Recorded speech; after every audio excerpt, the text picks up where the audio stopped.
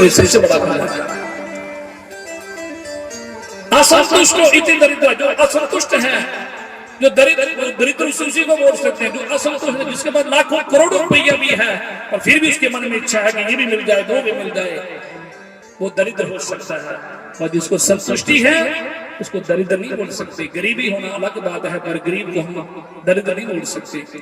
तो सुदामा जी ऐसे ब्राह्मण थे, बड़े त्यागी थे और ठाकुर जी के जन्म के बचपन के मित्र थे। तो सुदामा जी को क्या हुआ कि भगवान ने, अब एक दिन सुदामा जी जो पत्नी थी ना, उसका नाम था सुशीला, और सुशीला ने कहा कि महाराज आपको पता है कि आपके जो बचपन के मित्र हैं श्री कृष्ण, आप कभी कभी कृष्ण के बारे में बोलते थे, और जानते हैं आजकल वो द्वारका के राजा, सोने की नगरी है उनकी, द्वारका में आजकल वो रहते हैं। क्या आपको उनकी याद नहीं आती? सुदामा ने कहा, देवी कौन ऐसा मित्र होगा है, अरे जिसका इतना बड़ा द्वारकाधीश इसका मित्र होगा, तो कौन ऐसा होगा जो उसको याद नहीं करेगा? मुझे तो बहुत याद आती है। और सुदामा की पत्नी ने सोचा कि अगर मैं कहूंगी कि आप जाओ द्वारकाधीश के पास जाओ, अपने मित्र के पास जाओ और उसे पूछो, उसे अपना समाचार सुनाना, मैं बहुत गरीब हूं, तो मेरा पति तो इतना संतोषी है कि जीवन में कभी किसी से कुछ मांगेगा नहीं, यहां तक कि अपने मित्र के पास भी जाएगा तो तब भी उससे भी कुछ नहीं मांगेगा। इसलिए सुदामा की पत्नी का थोड़ा जिगरपुर है कि सुदामा की पत्नी जो थी वो थोड़ा उसके अंदर लोभ था कि हमारा भी अच्छा सा मकान हो, महल हो, हमारे घर में भी है, हम भी अमीर हो, धनवान हो। पर सुदामा के मन में कोई ऐसा नहीं था। सुदामा की पत्नी ने कहा, महाराज तो आपकी इच्छा नहीं होती कि उनसे मिलने के लिए आप जाओ ना, मिलकर आओ। सुदामा ने कहा, देवी मिलने की तो इच्छा होती है, पर बात यह है मित्र के पास जाना हो तो खाली नहीं जाना चाहिए। शास्त्र कहते हैं मित्र के घर जाओ तो खाली मत जाओ। मित्र के घर, गुरु के घर और बहन के घर और बेटी के घर कभी भी खाली नहीं जाना चाहिए। तो सुदामा की पत्नी ने कहा, आप चिंता क्यों करते हो महाराज, उसकी व्यवस्था मैं कर दूंगी ना। तो सुदामा की पत्नी ने क्या किया, अब अपने पड़ोसियों के घर से 5-6 घरों के हैं, थोड़े थोड़े से एक एक मुट्ठी चावल उधार ले लिए। उधार लेना अलग बात है। उधार तो हमारे पहले भी हमारी माताएं जानती हैं, बुजुर्ग जानते हैं। पहले गांव में इतनी व्यवस्था नहीं होती थी, दुकानें नहीं होती थी, तो माताएं कभी कभी एक दूसरे से मांग लेती है। किसी के घर में शक्कर खत्म हो गई, चीनी खत्म हो गई, अरे बहन एक काम करना, थोड़ी हमको चीनी दे देना, कल हम लाएंगे तो आपको लौटा देंगे। तो उधार तो चलता। आज हमने चीज दी, 2-4 दिन के बाद हमारे पास आ गई तो हम लौटा देंगे। तो सुदामा की पत्नी ने भी वही किया, अपने पड़ोसियों से थोड़े थोड़े एक एक मुट्ठी चावल, 5-6 घरों के चावल मुट्ठी, एक एक मुट्ठी चावल लिए। और देखिए 5-6 घरों के एक घर से भी ले लेते, पर वो सुदामा की पत्नी बड़ी समझदार, अपने मित्र के लिए चावल लेकर जाएगा। तो जब वो देखेंगे द्वारकाधीश, जब देखेंगे कि ये एक घर के चावल नहीं है, तो सुदामा की पत्नी ने इसलिए 5-7 घरों के चावल एक एक मुट्ठी लिए और पोटली बांध दी। सुदामा को कहा, आप जाइए, आप मिलाइए द्वारकाधीश प्रभु से। उसने कहा, देवी आज तूने बहुत अच्छा किया मुझे, आज चलो आज मेरी भी इच्छा है। सुदामा जी आज घर से निकल पड़े, किसके लिए? भगवान कृष्ण से मिलने के लिए। अब सुदामा को तैयारी कौन सी करनी थी? अरे फटी पुरानी धोती है, पैरों में तो पादुका भी नहीं पहनी है। सुदामा जी जा रहे हैं, अब एक छड़ी लेकर है, डंडा लेकर के पोथी बांधी है और नंगे पांव धोती फटी धोती है। और सुदामा जी का शरीर तो इतना पतला दुबले हैं, उसकी एक एक हड्डी आप गिन सकते हो, इतने पतले दुबले हैं। और भजन करते जा रहे हैं, प्रभु का भजन करते करते जा रहे हैं।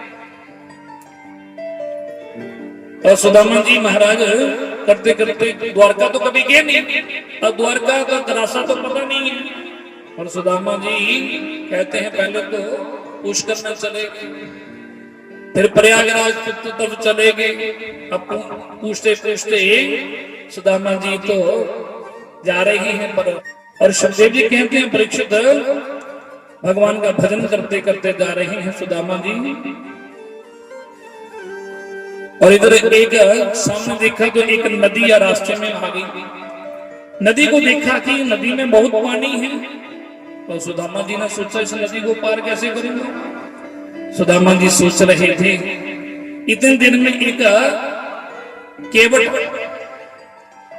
ने आवाज लगाई, अरे भैया कोई पार जाने वाला, नदी के पार जाने वाला कोई है तो जल्दी जल्दी आ जाओ।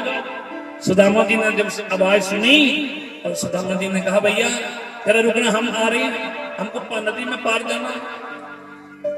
और ध्यान देना, ये सुखदेव जी कहते हैं परीक्षित ये जो केवट आवाज लगा रहा है ना, ये केवट कोई और नहीं, ये साक्षात मेरे द्वारकाधीश प्रभु ही केवट बन के आए हैं सुदामा को नदी पार करने के लिए। केवट का रूप बन के आए हैं भगवान। और सुदामा जी ने जैसे किश्ती पर बैठने लगे नाव में, तो केवट ने कहा, अरे पंडित जी आप किश्ती में तो बैठ रहे हैं, पर ये बताओ कि आपके पास कुछ पैसा पूसा है ना? ऐसे है। सुदामा ने कहा भैया हमारे पास तो कुछ है नहीं, हम तो गरीब ब्राह्मण है भाई। केवट ने कहा कोई बात नहीं, हम तो आपसे मजाक कर रहे थे, अरे हम तो आप जैसे गरीब ब्राह्मणों को ही पार करने के लिए यहाँ पर खड़े हैं। सुदामा को किश्ती में बैठाया और केवट ने पूछा, अरे पंडित जी मुझे बताओ कि आप जा कहाँ रहे हो और कहां से आ रहे हो, कहां जा रहे हो? सुदामा ने कहा देखिए जो द्वारका के राजा हैं और वो हमारे बचपन के मित्र हैं और हम उनके बचपन के सखा हैं। हमारा नाम है सुदामा, हम इकट्ठे ही बचपन में गुरुकुल में इकट्ठे पढ़ते थे। तो केवट ने कहा भैया माफ करना, हमें तो नहीं लगता कि आप हाँ भगवान श्री कृष्ण द्वारकाधीश प्रभु, और कहा आप? सुदामा ने कहा आपको नहीं पता, मेरे प्रभु तो गरीबों से ज्यादा प्रेम करते हैं और मैं तो उसका बचपन का सखा हूं। मेरे प्रभु मुस्कुराने लगे, मन में सोचा वारे सुदामा बचपन जैसा तेरा स्वभाव, अभी भी वो स्वभाव नहीं बदला। और भगवान कृष्ण ही नहीं जो केवट के रूप में सुदामा को पार किया। और किसी से जब उतरने लगे तो सुदामा ने पूछा, केवट भैया जरा ये बताओ कि अब मुझे बताओ यहाँ से द्वारका कितनी दूर है? केवट ने कहा, अरे आपसे तो चला नहीं जा रहा, और कम से कम सुबह से शाम तक आप चलते रहोगे तो मुझे नहीं लगता कि आप आधा किलोमीटर चलोगे, और उस सबसे देखा जाए तो महीना तो लग जाएगा, इसे अधिक लग सकता। सुदामा जी ने देखा, अरे इतनी देर में रात हो गई, शाम सूर्यास्त हो गया। सुदामा ने सोचा तो मैं बहुत थका हूं, पाँव में छाले पड़ गई हैं, मुझसे चला नहीं जा रहा। और उसी नदी के किनारे पत्थरों के बीच में, बालू के बीच में लेट गए, पत्थरों का एक तकिया बनाया और सो गए। और सोए थे उस नदी के किनारे सोए थे। और जब सुबह नींद खुली तो आंखें जब खोली तो देखा कि बड़े बड़े महल दिख रहे हैं। सोए थे नदी के किनारे पर, सुबह नींद खुलते ही कहां पहुंच गए? द्वारका में। सुदामा ने देखा बड़े बड़े रात में कुछ दिख नहीं रहा था, पर अरे महल बड़े बड़े दिख रहे हैं।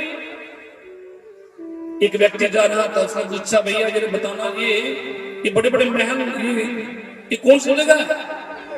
उस व्यक्ति ने कहा पंडित जी ये द्वारका नगरी है। सुदामा जी बड़े बड़े गदगद हो गए, अरे मैं द्वारका में पहुंच गया, अरे प्रभु की नगरी में पहुंच गया। सुदामा ने कहा भैया जरा ये बताओ कि यहाँ के जो द्वारकाधीश है ना,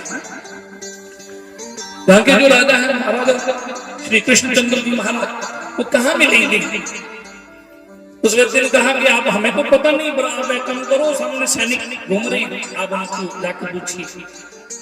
सुदामा जी आगे गई तो सैनिकों से कहा, भैया जरा मुझे बताएंगे कि आपके बचपन के जो सखा हैं सुदामा जी आपसे मिलने के लिए आए हैं, क्योंकि वो आपके महाराज जी हैं ना, हमारे बचपन के सखा मित्र हैं, हम एक ही गुरुकुल में पढ़े हैं, जरा आप उनको समाचार सुनाएंगे। सैनिकों ने कहा, देखिए महाराज साहब, आप हम तो नहीं सेनापति सूचना देते हैं, पर आप थोड़ा सा यहाँ इंतजार कीजिए।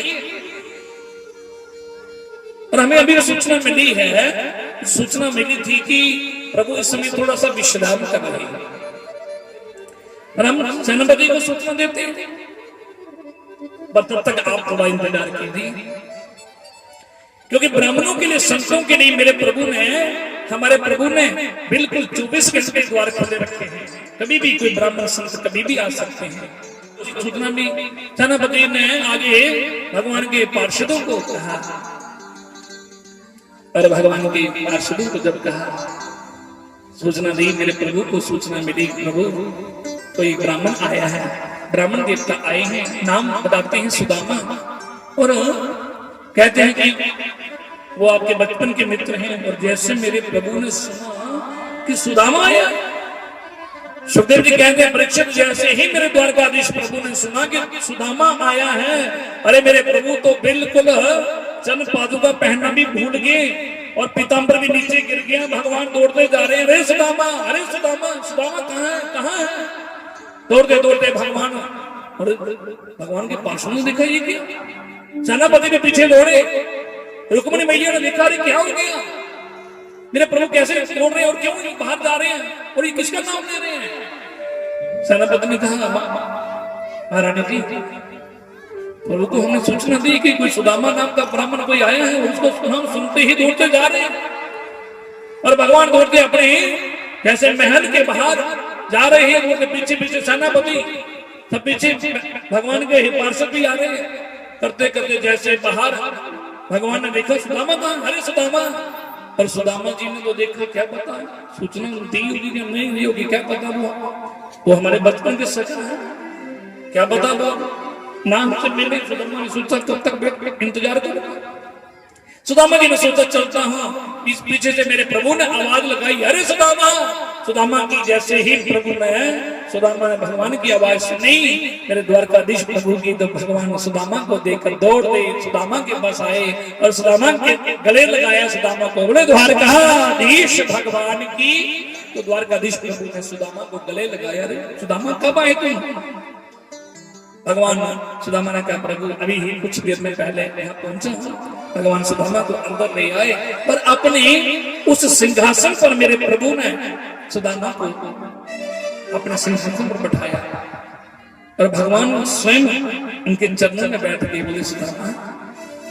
और सुखदेव जी कहते हैं, परीक्षित देखो, एक ब्राह्मण का इतना मान सम्मान मेरे प्रभु ने, उसका कारण क्या था कि सुदामा ने जीवन में कभी किसी से कुछ मांगा नहीं, यही तो त्याग देखा मेरे प्रभु ने, आज सुदामा को गले लगाया, अपने सिंहासन में बैठाया, रुक्मिणी को कहा, रुक्मिणी जल्दी आओ, सभी पत्नी को इशारा किया, सब आ गई रुक्मिणी ने, और भगवान अपने हाथों से सुदामा के पांव के जो है कांटे निकाल रहे हैं, और कांटे निकाल के देखे सुदामा के पांव में जो छाले पड़े हैं, भगवान रुक्मिणी को कहा, रुक्मिणी जल्दी आओ, और मेरा ये बचपन का मित्र है सुदामा, और भगवान आज अपने हाथों से सुदामा के चरण धो रहे हैं, रुक्मिणी मैया पानी छोड़ रही है, और भगवान अपने हाथों से क्या किया, सुदामा के चरण धोए, सुदामा का पूजन किया, और सुदामा की आरती उतार रहे हैं।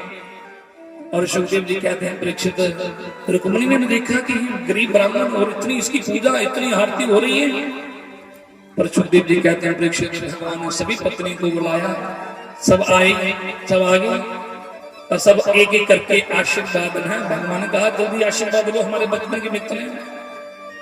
और सुदामा जी को एक है, रुक्मिणी मैया ने प्रणाम किया, महाराज जी प्रणाम, रुक्मिणी को आशीर्वाद दिया सुदामा जी ने।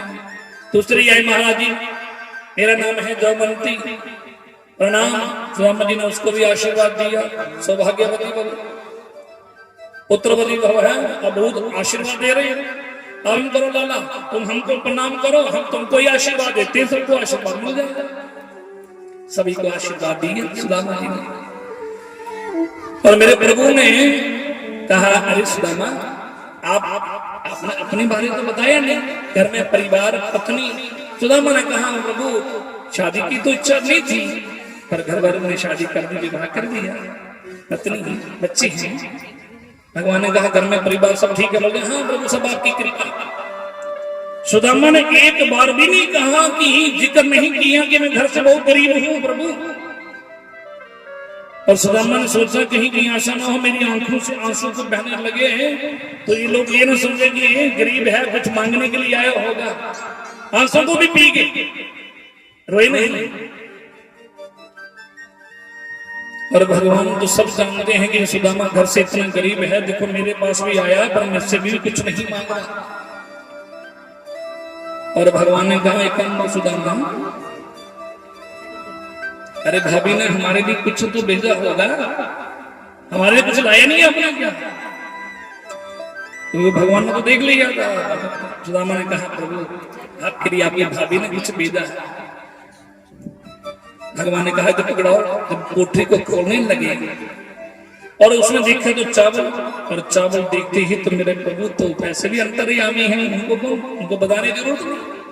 और भगवान ने देखा कि पत्नी ने 5-7 घरों से चावल भेजे हैं ताकि द्वारकाधीश को पता चल सके कि मेरा मित्र जो है ये गरीब ब्राह्मण है, इतना गरीब है, पर प्रभु तो मेरे अंतर्यामी है, सब जानते हैं सुदामा के बारे में।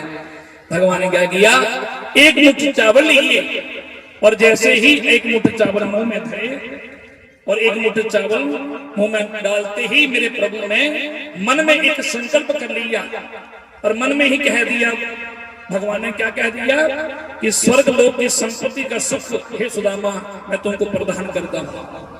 एक मुट्ठी चावल मुंह में डाले तो भगवान ने ये वर दे दिया, और दूसरी मुट्ठी चावल मुंह में डाले तो प्रभु ने मन में ही संकल्प कर दिया कि सारी पृथ्वी के एक क्षत्र सम्राट को जो सुख मिलता है वो सुख मैं तुम्हें प्रदान करता हूं सुदामा। अब तीसरी मुट्ठी जैसे ही मुंह में डालने लगे तो रुक्मणी ने हाथ पकड़ लिया। रुक्मणी ने हाथ पकड़ लिया, भगवान को चावल नहीं खाने दिए और इशारे में कह दिया कि सब कुछ दे दोगे, अपने लिए कुछ रखोगे? आज बड़े मेहरबान हो रहे हो ब्राह्मण पर।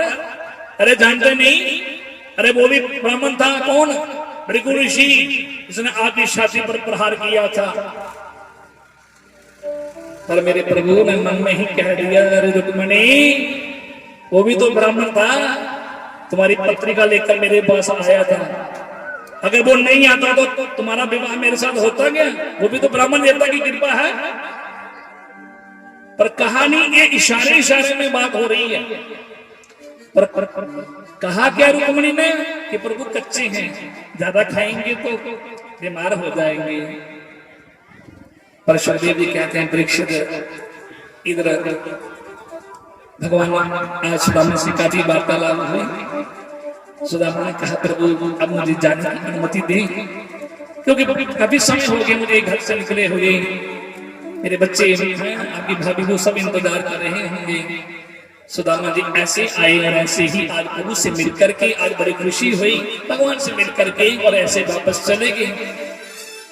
सुखदेव जी कहते हैं, परीक्षित चाहते तो भगवान से सोने की नगरी में आए थे, चाहते तो उस सोने की नगरी में से 2-4-5-10 किलो चावल जो है सोना ले सकते थे, पर भगवान से कुछ भी नहीं मांगा। सुदामा जी वापस चले गए अपने, और जैसे अपने घर पे आए तो घर तो वहां तो था नहीं, और देखा कि सुदामा की जो कुटिया थी जिसका छत भी नहीं था, सुदामा ने देखा कि वहां तो बड़ा बड़ा सुंदर महल बना, और महल को देखा सुदामा जी ने सोचा ये क्या हो गया, ये महल कहाँ किसने बना दिया? एक आदमी आज को पूछा, भैया ये बताना ये कौन सा गांव है? बोलते महाराज गांव नहीं है, ये तो नगरी है, सुदामा नगरी है। सुदामा नगरी? सुदामा ने सोचा हो इसका मतलब अपने नाम की नगरी बना। सुदामा ने पूछा, जरा बताओगे ये सुदामा कोई सेठ है क्या? उस व्यक्ति ने कहा, नहीं पंडित जी वो सेठ नहीं है, हमने तो सुना है कोई ब्राह्मण है। और इस समय वो काफी देर से अपने मित्र द्वारकाधीश से मिलने के लिए गया है। सुदामा जी ने सोचा वो तो मैं ही हूं, पर बात यह है कि मेरा महल कैसे बन गया। अभी भी सुदामा जी को बात समझ नहीं आई।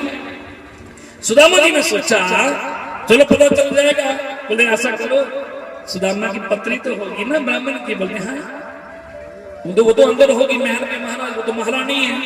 सुदामा ने सोचा एक काम करना भैया, थोड़ा उनको कहना कि थोड़ा उनको बाहर बुलाना। बोले महाराज हमको तो डर लगता है, वो महारानी है। चलो जाते हैं, सूचना देते हैं। और सुदामा की पत्नी को कहा कि कोई बाहर ब्राह्मण देवता खड़े हैं। सुदामा जी ने सोचा कि अगर मेरी पत्नी होगी तो पता चल जाएगा। सुदामा की पत्नी जो थी ना सुशीला, अब वो सामने से जब आई तो देखा बड़े सुंदर बड़े आभूषण पहने हैं, और ऐसे ही सुंदर वस्त्र पहने हैं, 16 श्रृंगार किए हैं, सुंदर बड़े हीरे मोती रत्न के जैसे आभूषण पहने हैं।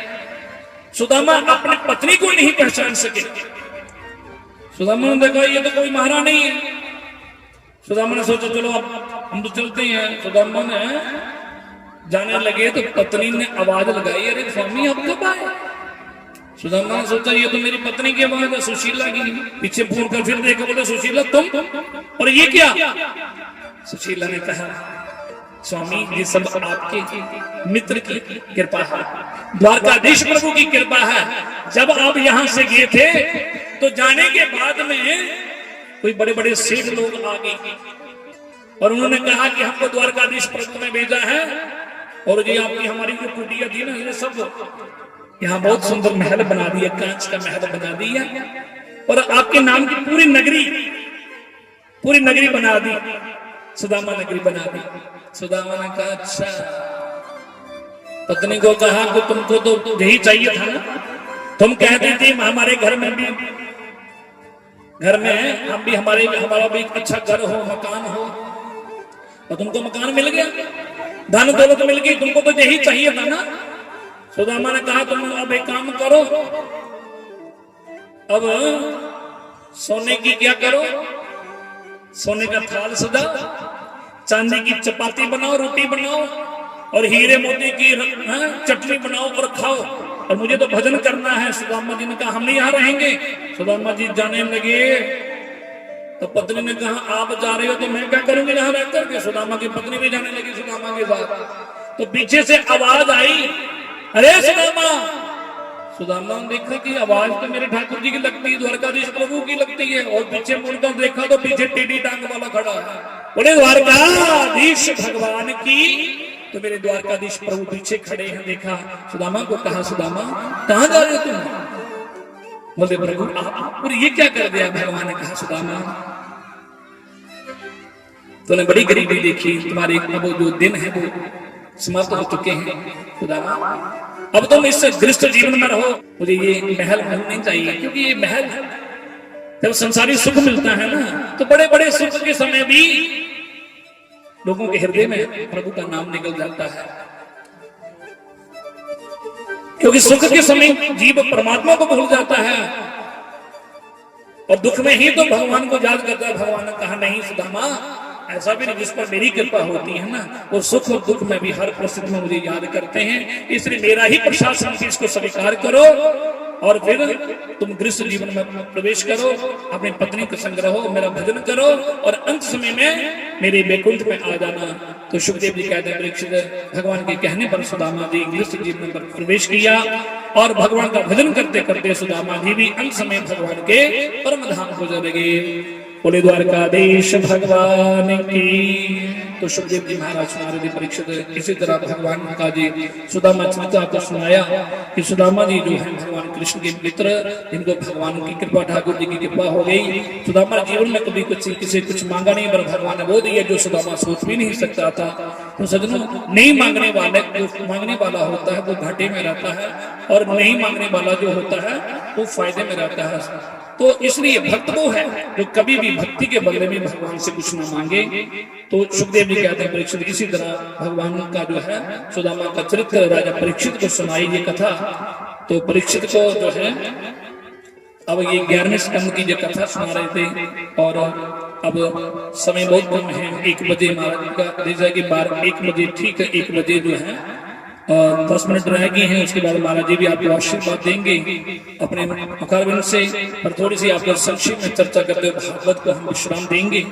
तो आगे 12वें स्कंद में कथा आती है कि जो 12वें स्कंद में, 12वें स्कंद में तो सुखदेव जी कहते हैं परीक्षित, इधर 11वें स्कंद में जो है यहाँ पर जो जदुवंशियों के, जो भगवान कृष्ण के जो पुत्र थे, यहाँ पर जितने भी जदुवंशी थे तो उनमें से जदुवंशियों को जो है 11वें स्कंद में कथा आती है कि जदुवंशियों को जो है जब भगवान पांडवों को विजय दिला करके भगवान द्वारका में गए और अर्जुन जी छोड़ने गए थे भगवान कृष्ण को, और उसके बाद परीक्षित, उसके बाद जो है भगवान कृष्ण के जो पुत्र थे जिन्होंने संतों से मजाक किया, और इसके कारण जदुवंशियों को शाप मिल गया।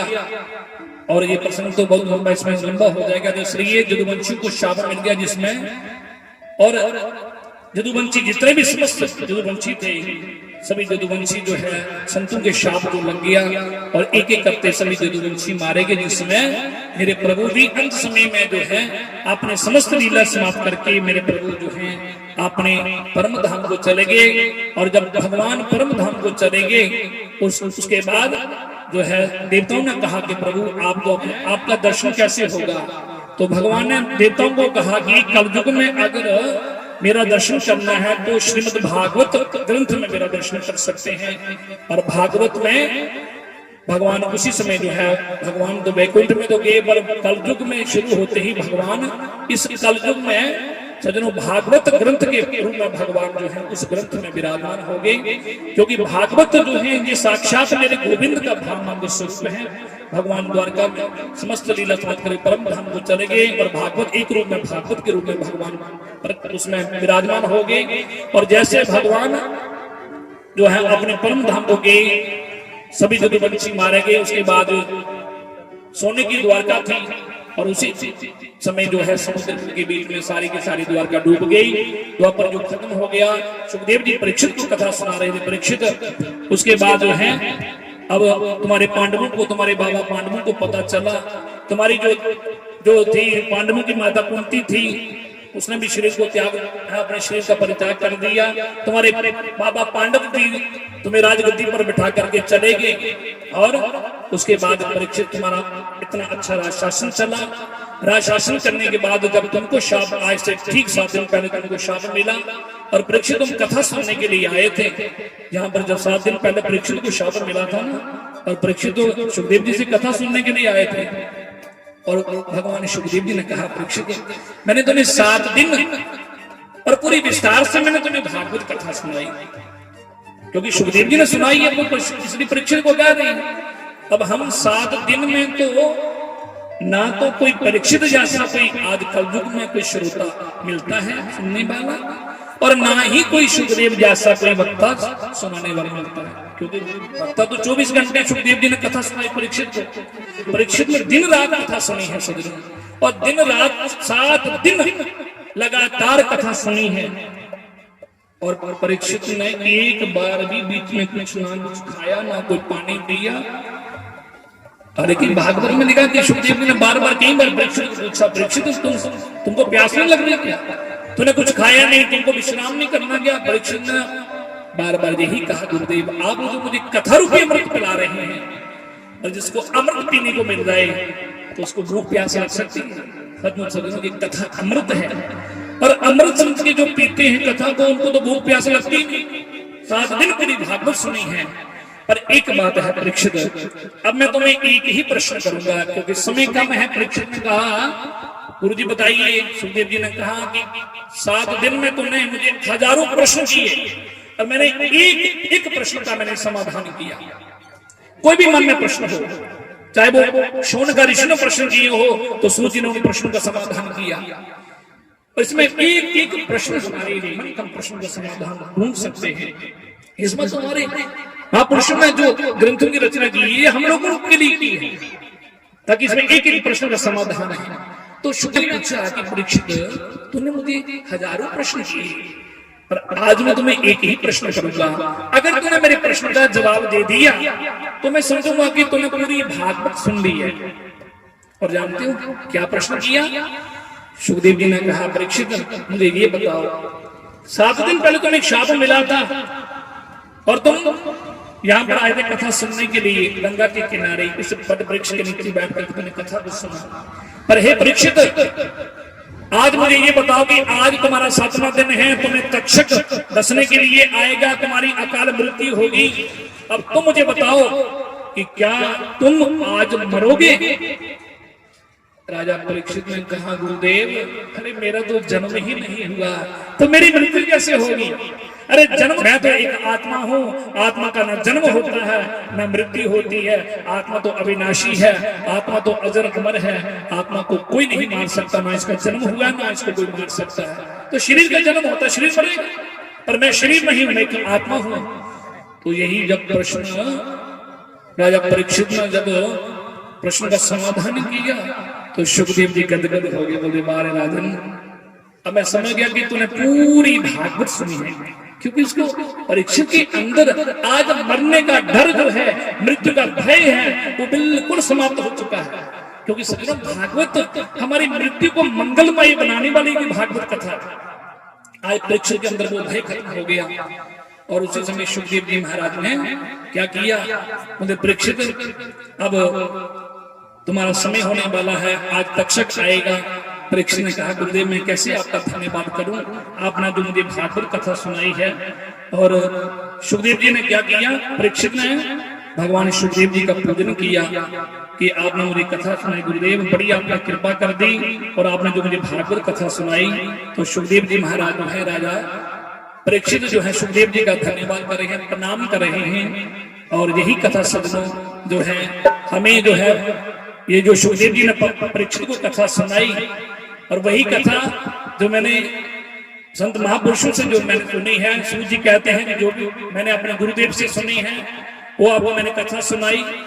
और यही कथा जो है हमारी जम्मू की डूगर धरती में शास्त्री जी महाराज पूजिए श्री द्वारकानाथ शास्त्री जी महाराज, जिन्होंने जम्मू की हमारी डूगर धरती में अवतार लिया, जन्म लिया, और शास्त्री जी महाराज ने इस भागवत धर्म का जन जन प्रचार किया।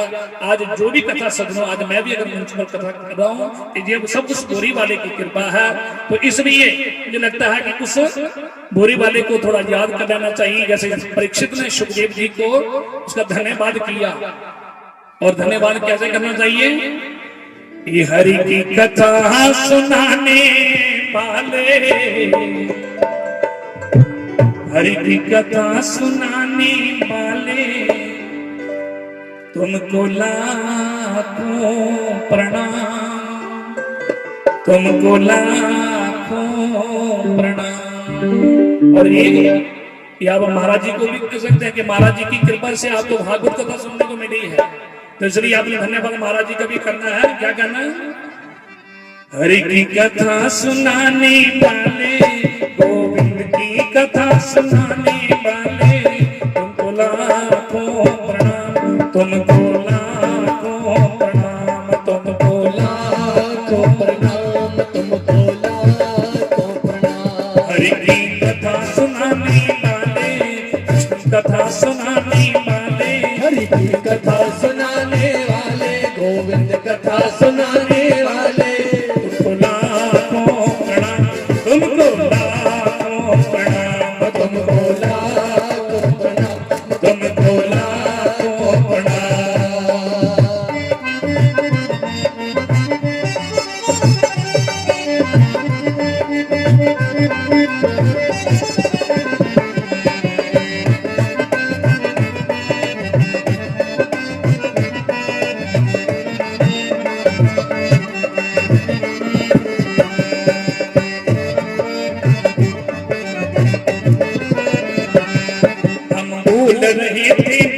महाराज जी को आपने कहना है कि किसकी कृपा है? गुरु की कृपा है, पूज्य महाराज जी की कृपा है। तो उन्होंने से करते समय कितनी की है, आपको कितनी भगवान की चर्चा सुनाई, संत महापुरुषों के द्वारा कितने सम्मेलन, कितने संतों के आपने दर्शन किए। इसलिए क्या कहना है? हम बोल रहे थे वन में बलकों में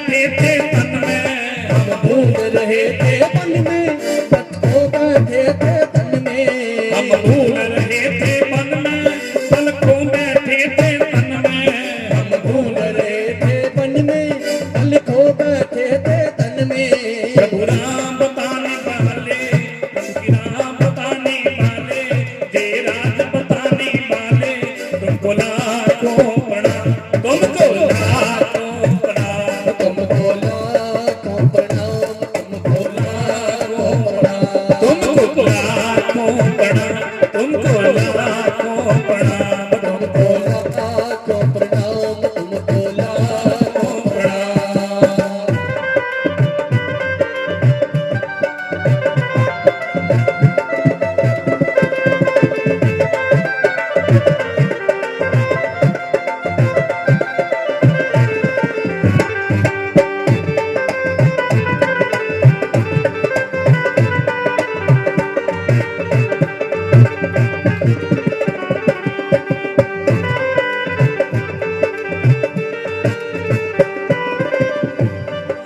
लेकर ऋषियों का प्याला जा रहे थे जम के गाला, लेकर विष का प्याला जा रहे थे जम के गाला, लेकर ऋषियों का प्याला जा रहे थे जम के गाला, लेकर विष का प्याला जा रहे थे जम के गाला।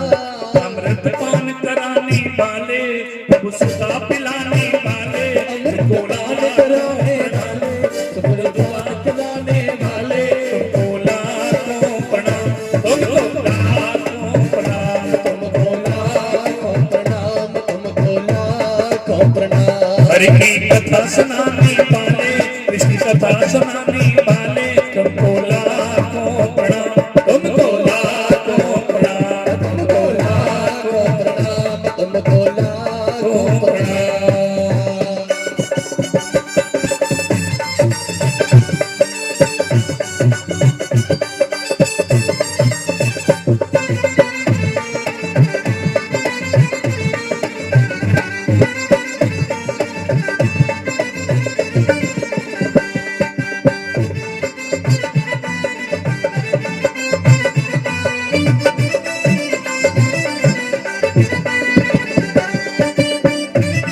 अंतर्यामी मन पतित और अभिमानी, तुम घट घट अंतर्यामी, हम पतित और अज्ञानी, तुम घट घट अंतर्यामी, हम पतित और अभिमानी, तुम घट घट अंतर्यामी, हम पतित और अज्ञानी।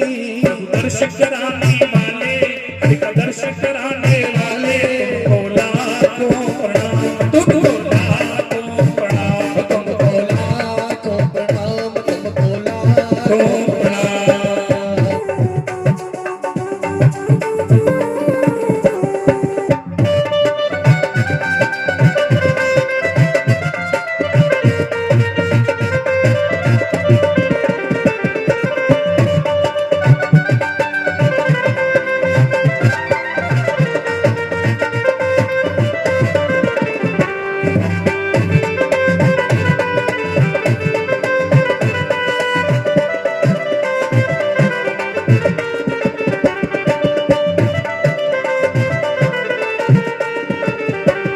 हम पार तेरा क्या पावे, बस शीश झुकाने गावे, हम पार तेरा क्या पाए, बस शीश झुकाने आए।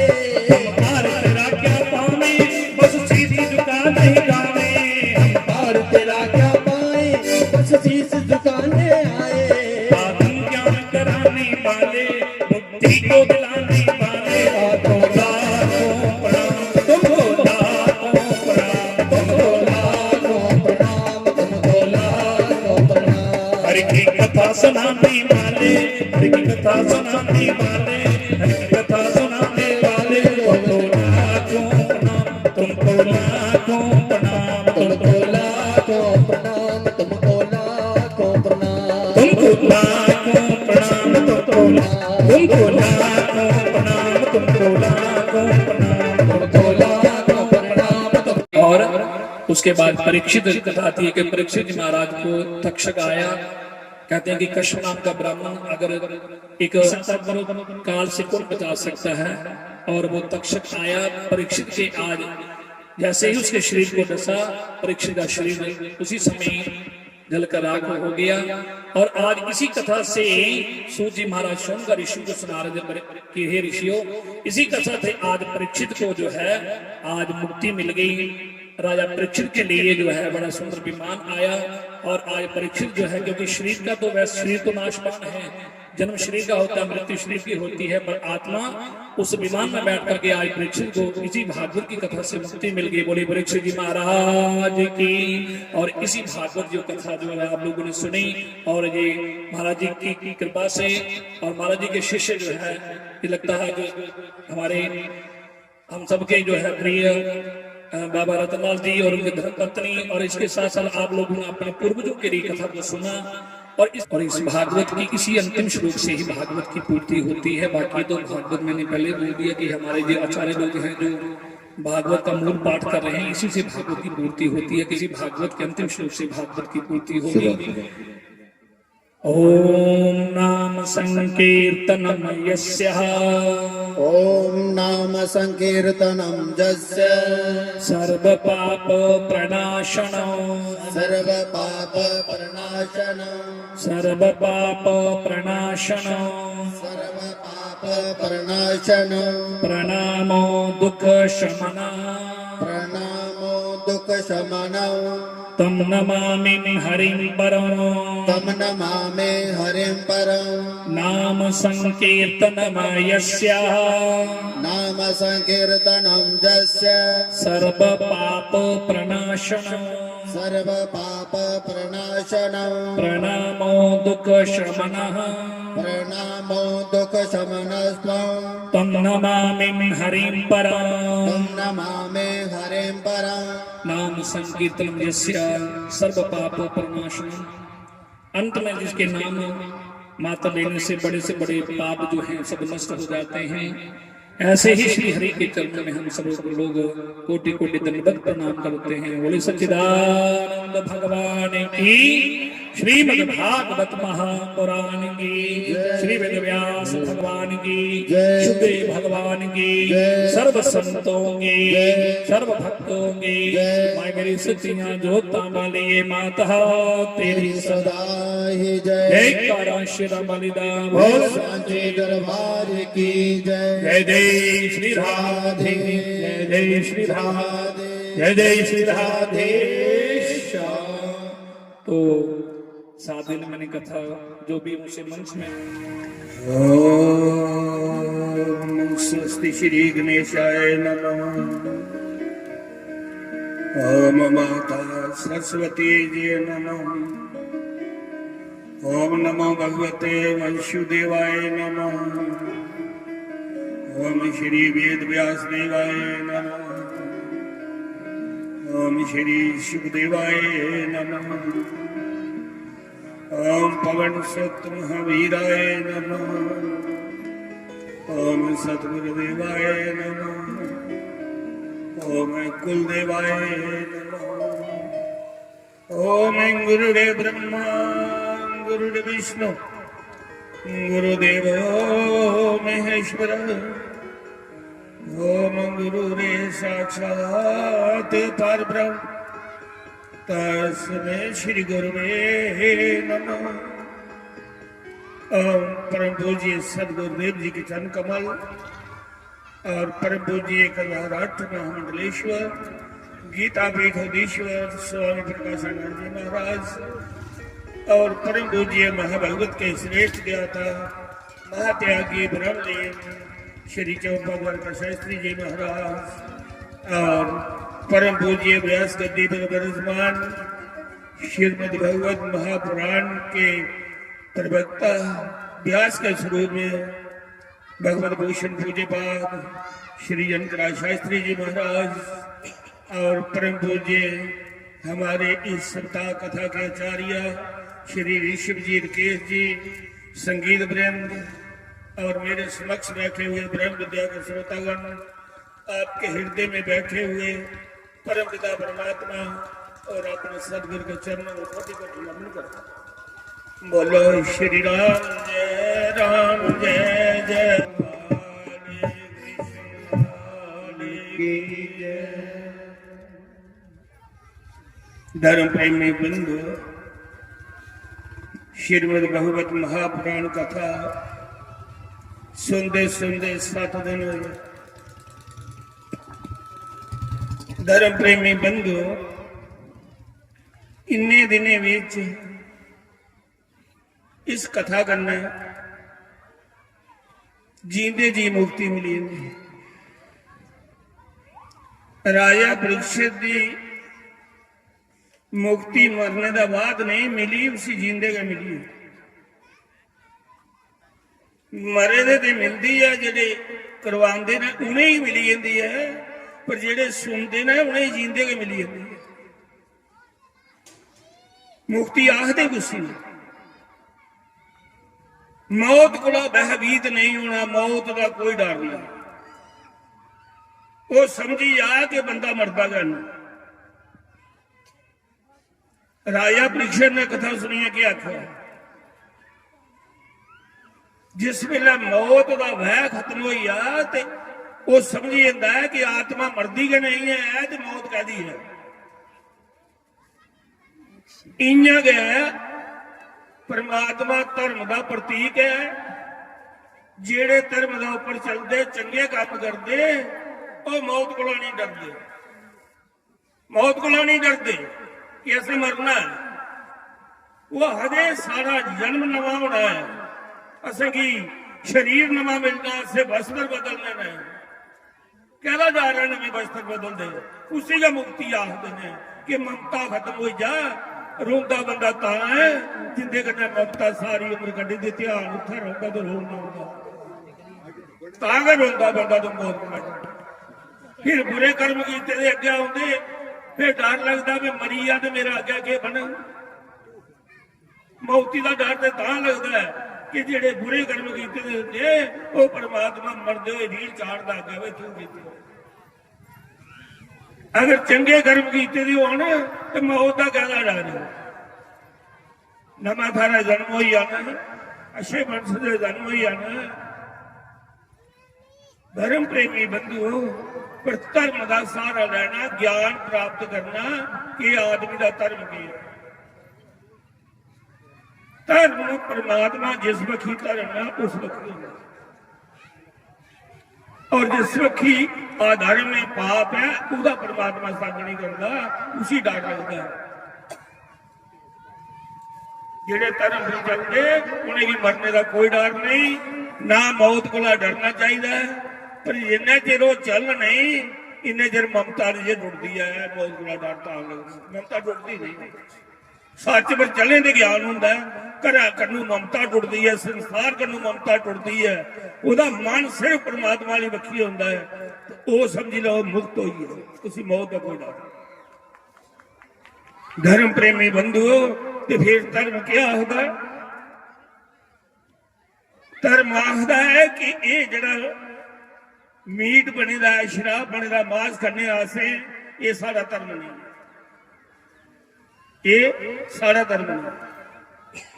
मुर्गा मछली मंदरा जो जो प्राणी खाए, तीर्थ वर्त करे 100 बारी, सब कुछ रस्तल जाए। जियां लाल आज बीमारी लगी आ ते दवाई इं जल्दी जियां खूह च पवा दी लगती गल इं के मांस खाने वाले, शराब पीने वाले बंदे की जिन्नी मर्जी भगती करे सारी निष्फल जा रही खूह च। मांस खाने का एक कुछ ही है जिंदे दंद टेढ़े ने, कुत्ता है, शेर है, चित्रा है, ये मांस खाते रहने की ज्ञान है, ये ऐसिया जूना जिंदे दंद सीधे ने, ते परमात्मा ने अकल दी दी, बुद्धि दी दी है, जानते ने कि जी अपनी बांह बड़ो है, चीरा लगा किन्नी दर्द होती है, जैसे बगाने की मारिया खाना उन्हीं दर्द, उन्हें की पाप लगता है। परमात्मा आखदा तुसें अकल दी, सीधे दंद दिते ने, वैष्णव भोजन खाने की दिते ने, उनके कन्नै नहीं परेशान हुआ दे। जेड़े जीभा कन्नै पानी पींदे वो मांस खांदे, कुत्ता भी जीभा कन्नै पानी पींदा, शेर भी, चित्रा भी, ये सब जीभा कन्नै पानी पींदे। जेड़े ढीक लाइया पानी पींदे वो कोई भी मीट नहीं खांदा। मरा डंगरे की खुरली च 2 किलो का मीट सुटियो, किलो मूंह नहीं लाते, खाते कि नहीं, उन्हें कोड़ा डंगर चंगे ने, उनके भी दंद सीधे ने, ते ढीका कन्नै पानी पींदे ने, वो नहीं खाते। तो सही अकल है कुछ भी कगना पानी पीते हो तुम खाई नहीं स्वादा अपने लिए मिर्च मसाला पाया स्वाद बनाया तो चल पे तो जिला मांस बनी है भावे कुत्ते का बनाई लिया जिदा मर्जी बनाई लिया मिर्च मसाले पे तो परेशानी कर नहीं सकता कोई की इंसान केड़ा धर्म है दिंदा अज लास्ट दिन है कथा जींदे जी मुक्ति होंगी जिसी मौत का डर नहीं लगा अच्छे कर्म कर मौत को नहीं डरता वो आगे क्यों ही अमर मरना है ही नहीं मौत का नहीं ये आत्मा अजर अमर है अच्छे कर्म का फल मिलना तो डर कहता मौत को भीत नहीं होता उसी आखते मुक्ति इस वास्ते अज को प्रतिज्ञा करी लो कि जेडे मांस खाते ने मेरी तरफ का यह ज्ञान है कि वह मांस थोड़ी देन मैं दक्षिणा नहीं लैंदा मेरी इह दक्षिणा है कि मेरे आखे ने 10 भी कदे 5 भी छड्डी उन्होंने तो मिगी फलादेश मिली जाता है कि मिगी दक्षिणा मिली जाती मेरी दक्षिणा आई एक तुहाड़ा कल्याण है दूआ नंबर जेड़ियां स्त्रियां ने उन्हें अपने पति के सवेरा उठिए चरण छू ये काम औखा लगता है सारिया स्त्रियां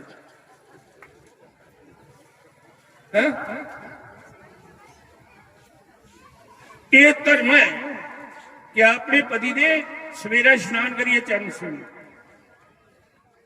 स्त्री नहीं मर्यादा धर्म है ये नहीं सकता रोना जो बचपन है तो बचपन नहीं रहा जवानी आई जे जवानी है जवानी में रोनी बड़ा पाई जाना तो बड़ा पहले बाद के आना तो जिला भगवान ने पूछा केड़े धर्म का पालन किया के जवाब देगी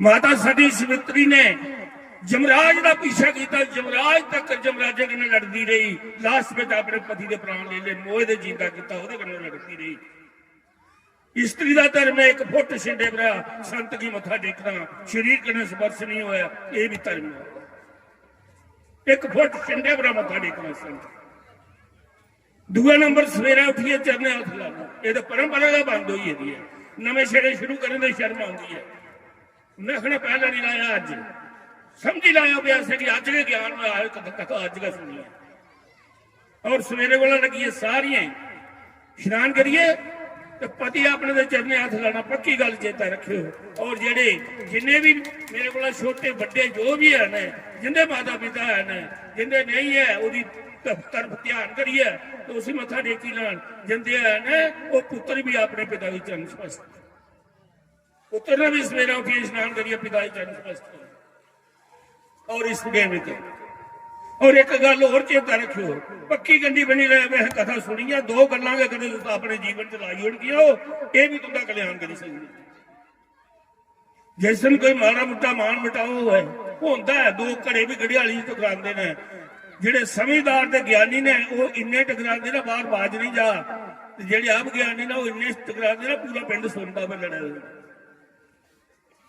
कदे माड़ा मुट्टा मान मिटाओ भी हो कर वाले कन्नै ये नहीं आखना अज नहीं तो पैरे में गुस्से उस दिन गुस्से जाना तो बदो बदी दौड़िए पी जाना मने भी समझाना वो समझा वाकई ऐसी ज्ञान होता है जा सत्संग सुने कर तू तेरे स्वभाव च तेरे जीवन च परिवर्तन आया सत्संग सुनने के तू बदली है उसी आखदे ज्ञान सारी उम्र सुनते रहे तो सच साननी आऊगा नहीं है कख ने जे बनना कथा दे गुरु भी पार नहीं लाई सकता गुरु भी पार तां लाई सकता है जे शिष्य अपने धर्म पर चले जे धर्म पर नहीं चले गुरु भी पार नहीं लाई सकता मंदिर भी पार नहीं लाई सकता धर्म क्या आखदा है धर्म की लिखी है ते ज्ञान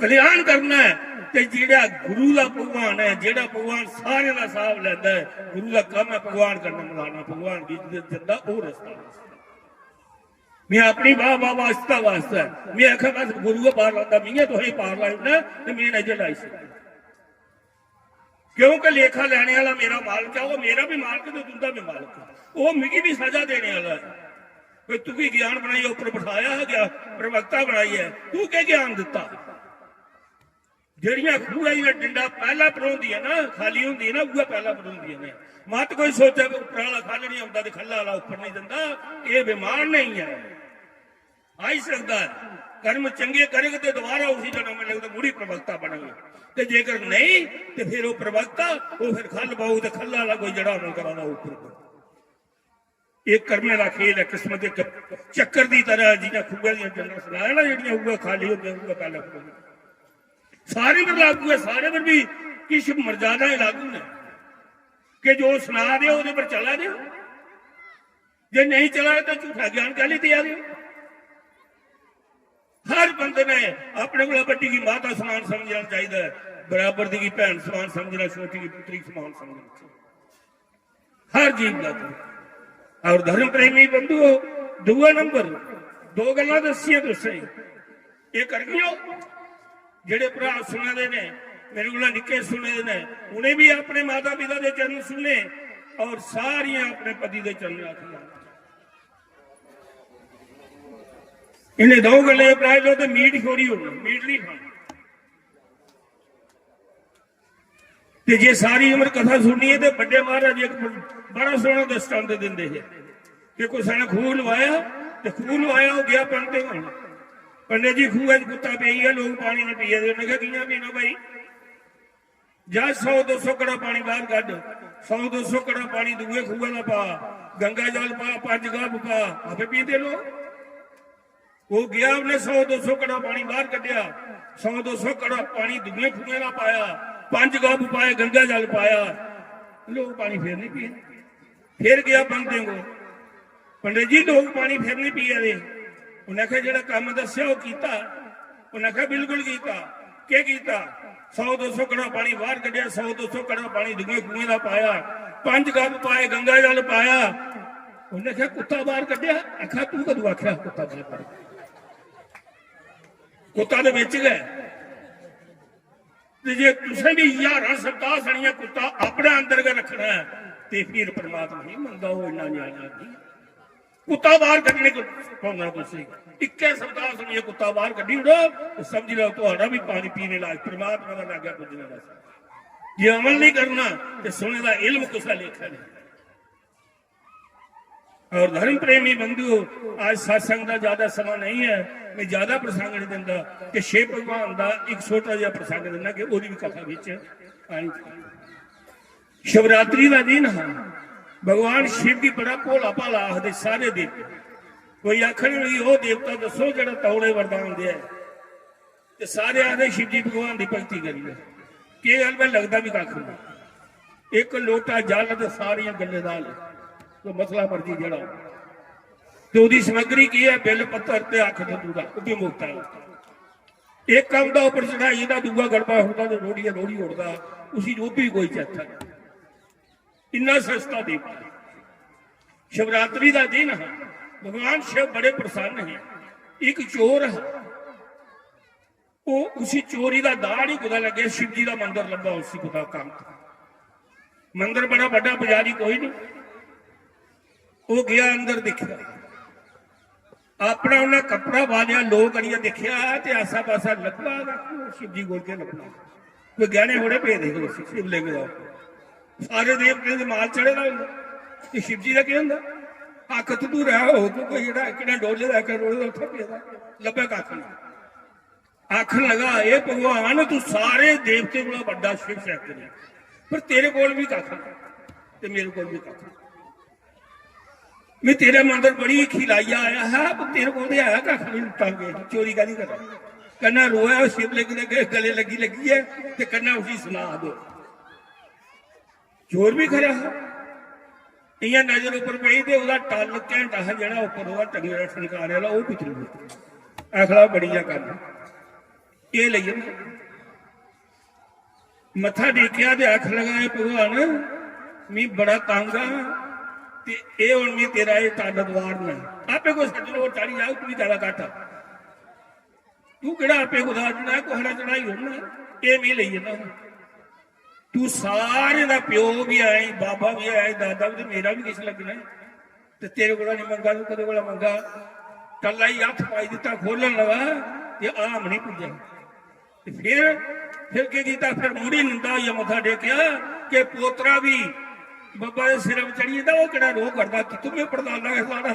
उन्हें पैर रखा शिव ने उपर, जियां टला ही हथ पाया तो शिव जी भगवान को उन्हें आख्या शिवरात्रि का दिन एक तू अजन मेरे मंदिर में लोग कोई नहीं। मैं जो भगवान शिव प्रकट होइए धर्म प्रेमी बंधुओं इन्ने भोले भाले ने वरदान दिए। और आज सप्ताह की कथा विच आज पूर्ण औरती है। मैं बड़ा धन्यवाद करना महाराज का जिन्हें असली सप्ताह की कथा सुनाई। और साढ़े चारिया जी संगीत वरिंद इन्ने विद्वान इन्हें मान लाइए कथा सुनाई। अस इंदी सेवा नहीं कर सके।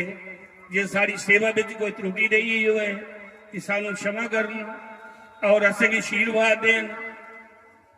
ये मेरी प्रार्थना है कि जिन्नी अरे सम्मान करना चाहिए इन्ना शायद असें नहीं किया हुआ है, नहीं होया हुआ है, ये असें क्षमा करना। और मैं अपनी तरफ का सारे का धन्यवाद करना, सुनने वाले का भी और उन्हें भी धन्यवाद करते हुए लास्ट समान बिच आखना कि इस कथा बिच कोई ना कोई चीज रखी लाओ। ये दो त्रै गल्लां ना जिहड़ियां इन्हें कि हर वेले चेता रखियो कि असें कथा विच सुनिया है असें अज कोला लगी है मीट दा त्याग कीता। मीट नहीं खाना, मांस नहीं खाना। इंसान का दामा बार बार नहीं मिलता। जे खाते रहोगे मरदे होई मीट वाली वक्खी ध्यान दिया ते कुत्ते दे जन्म दा जा खड्डा रो सारू जा मता ता जेड़ी चीज की पसंद करता है मरदे होई उह चीज वो मंगदा है। जे थोड़े बहुत साह उसी पुछो के चाहिए शराब वाला शराब मंगदा है कि मैं कोट लवाई ओड़ मरदे मरदे प्यार सब खी जाता जिहदे विचों मस्त हो। इस वास्ते मांस नहीं खाना, शराब नहीं पीना। शराब बुद्धि भ्रष्ट करता है। शराब का मीट का त्याग करना और अपने धर्म का पालन करते करते चलो इन्ना ना करी उड़ो कि हर स्त्री ने अपने धर्म का विच रही है। हर संत की एक फुट सिंधे बरा मथा देखना और अपने पति के चरणे हथ लाना।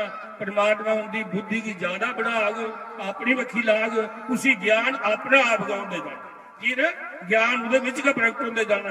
लैने की जरूरत नहीं। परमात्मा ने उसी 7 पर चला ही ना तो 7 बढ़ता 7 की छोड़ी उड़ो तो 7 घटता है। जियां व्रत ज्यादा रखो भुखे रहो और उदय शक्ति आती है तो छोड़ी उड़ो तो फिर वो रखी नहीं सकता। इस करिए अपने धर्म विच रहिए सारे अपने जीवन का निर्वाह करना। कदे ने गले चेता रखते हो कथा भी चेता रखियो। और इस कथा करने का समाप्ति है। ओम शांति। शुभ स्वागतम गुरुदेव, शुभ स्वागतम गुरुदेव, शुभ स्वागतम गुरुदेव, शुभ स्वागतम गुरुदेव, शुभ स्वागतम गुरुदेव, शुभ स्वागतम गुरुदेव।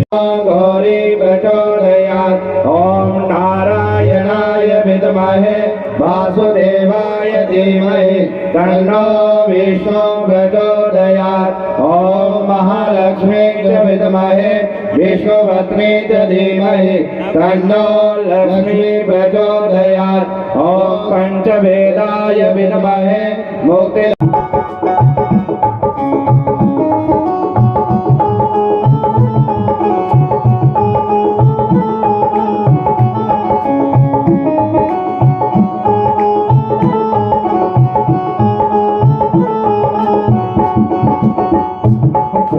साटी गली वालिया सरी वालिया सदी साटी गली वालिया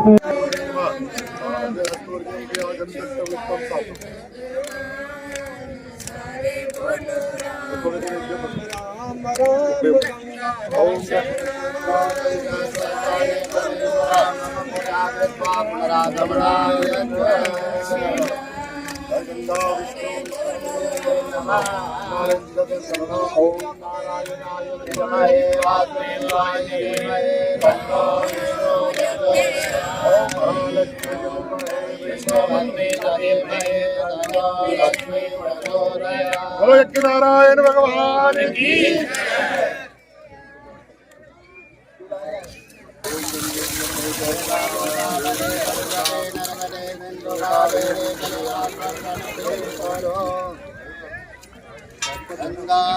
सारे उठाइए बस है ना।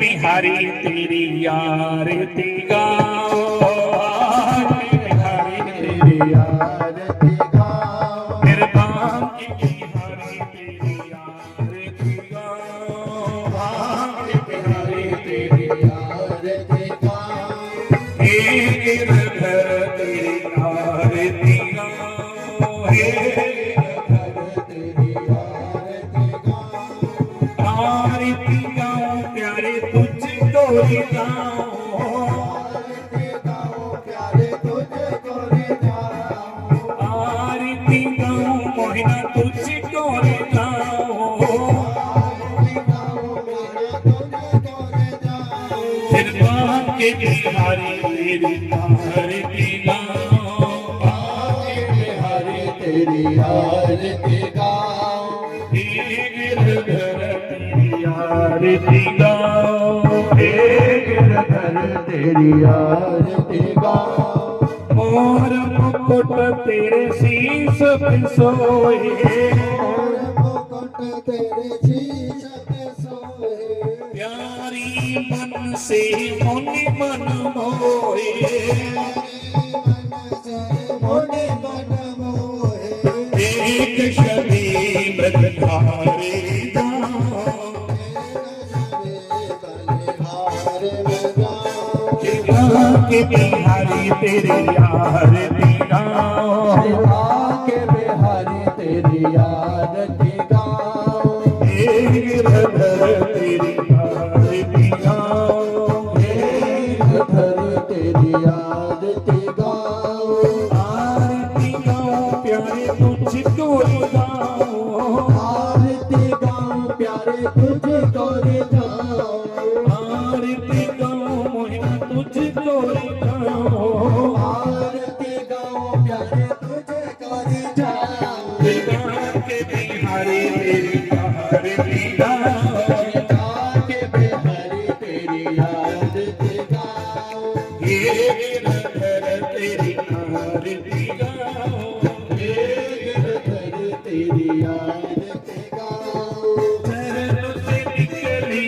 गंगा प्यारी, पैरों से निकली है गंगा प्यारी, जिसने सारी दुनिया तारी, जिसने सारी दुनिया तारी, उन्हें चरणों में शीश निभाऊं, उन चरणों को मैं शीश झुकाऊं, कृपा के बिहारी तेरी आरती गाऊं, आके बिहारी तेरी आरती गाऊं, हे गिरधर तेरी आरती गाऊं, गिरधर तेरी आरती गाऊं, प्यास दास के नाथ आपो, व्यास दास के नाथ आप हो, सुख दुख जीवन साथ आपो, सुख दुख जीवन साथ आप हो,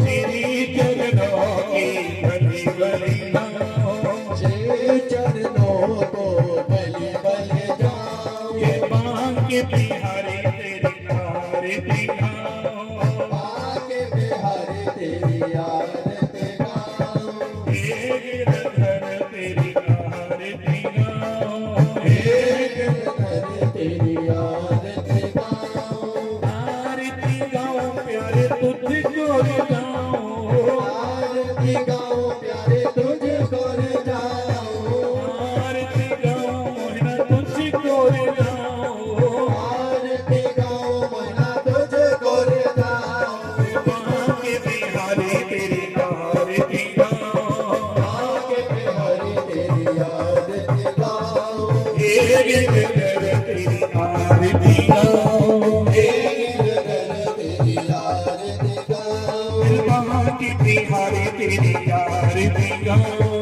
आके बिहारी तेरी आरती गाऊं, विशुद्ध लला तेरी आरती गाऊं, सोना केला तेरी आरती गाऊं, हे गिरधर तेरी आरती गाऊं, पूरे गौरव करुणावतारम संसार सारम दुर्गेन्द्रहारम सदा वसंतम हृदयारविंदे भवं नमामि सैतं नमामि भवं नमामि सैतं नमामि त्वमेव माता च पिता त्वमेव त्वमेव बन्धुः च सखा त्वमेव त्वमेव विद्या त्वमिदं त्वमेव त्वमेव सदा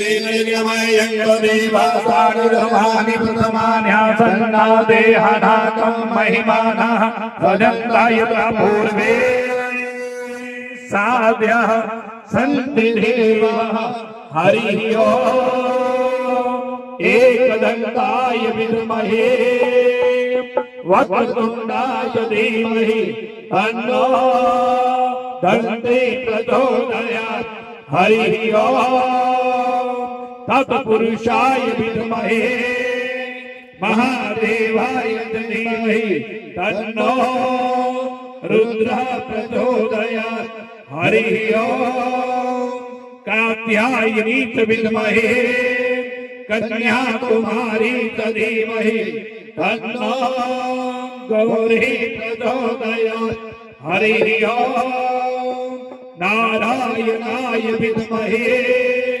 वासुदेवाय धीमहि तन्नो विष्णु प्रचोदयात् हरिः ओम् महालक्ष्मी विद्महे विष्णुपत्नी धीमहि तन्नो लक्ष्मी प्रचोदयात् हरिः ओम् रामदूताय विद्महे वायुपुत्राय धीमहि तन्नो हनुमत् प्रचोदयात् हरिः ओम् पंचम वेदाय विद्महे मुक्तिदाताय धीमहि तन्नो भागवत प्रचोदयात् नाना सुगंधि पुष्पाणि तथा कालोद्भवानि च पुष्पाणि मया दत्ता गृह्णा परमेश्वरः।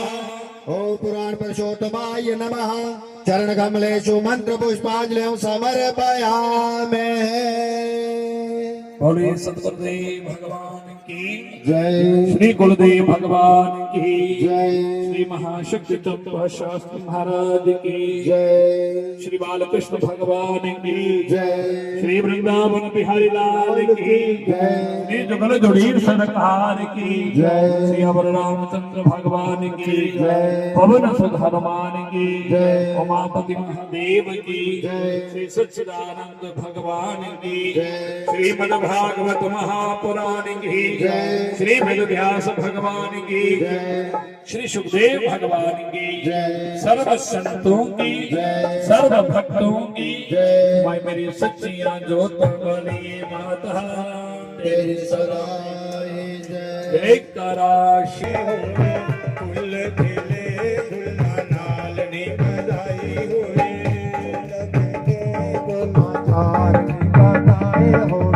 पहली बधाई बंसी वाले नो होवे पहली बधाई बंसी वाले नो होवे जिना रे छाया ए संसार नी बधाई होवे जिना रे छाया ए संसार नी बधाई होवे ईश्वरी होए जय जयकार नी बधाई होवे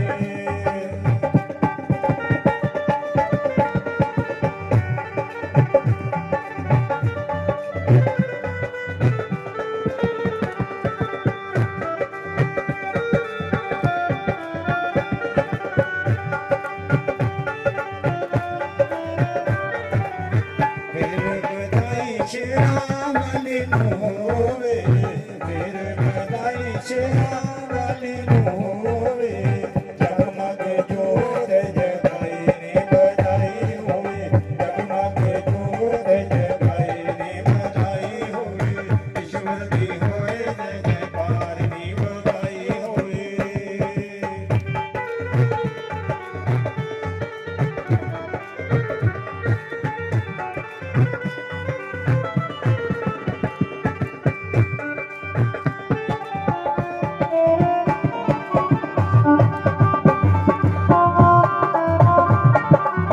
मेरे बधाई सतगुरा नो होवे मेरे बधाई सत सेवक आज्ञाकार नी बधाई होवे जिना के सेवक आज्ञाकार नी बधाई होवे ईश्वर की होए जय जयकार नी बधाई होवे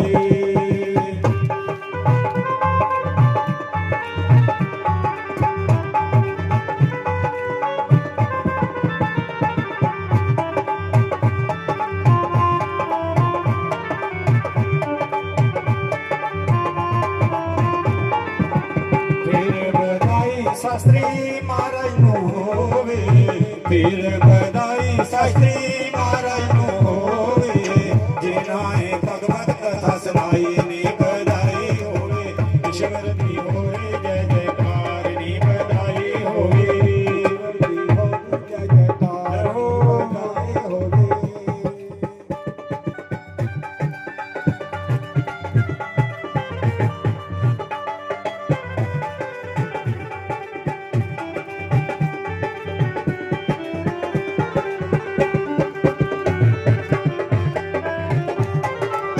ਫਿਰ ਵਧਾਈ ਸਾਰੀ ਸੰਗਤ ਨੂੰ ਹੋਵੇ, ਵਧਾਈ ਸਾਰੀ ਸੰਗਤ ਨੂੰ ਹੋਵੇ, ਜਿਨ੍ਹਾਂ ਨੇ ਗਾਇਆ ਮੰਗਲਾਚਾਰ ਨੀ ਵਧਾਈ ਹੋਵੇ, ਜਿਨ੍ਹਾਂ ਨੇ ਗਾਇਆ ਮੰਗਲਾਚਾਰ ਨੀ ਵਧਾਈ ਹੋਵੇ, ਜਵਦੀ ਹੋਵੇ ਜੈ ਜੈਕਾਰ ਨੀ ਵਧਾਈ ਹੋਵੇ।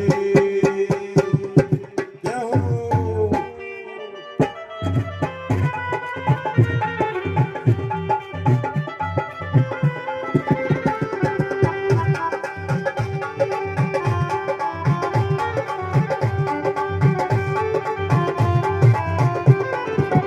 ਫਿਰ ਵਧਾਈ ਪੱਟੀਆਂ ਵਾਲਿਆਂ ਨੂੰ ਹੋਵੇ, ਫਿਰ ਵਧਾਈ ਪੱਟੀਆਂ ਵਾਲਿਆਂ ਨੂੰ ਹੋਵੇ, ਜਿਨ੍ਹਾਂ ਨੇ ਚਾਹਿਆ ਏ ਕਾਰਜ ਨੀ ਵਧਾਈ ਹੋਵੇ, ਜਿਨ੍ਹਾਂ ਨੇ ਚਾਹਿਆ ਏ ਕਾਰਜ ਨੀ ਵਧਾਈ ਹੋਵੇ, ਈਸ਼ਵਰ ਦੀ ਹੋਵੇ ਜੈ ਜੈਕਾਰ ਨੀ ਵਧਾਈ ਹੋਵੇ, ਫੁੱਲ ਖਿਲੇ ਗੁਲਾਂ ਨਾਲ ਨੀ ਵਧਾਈ ਹੋਵੇ।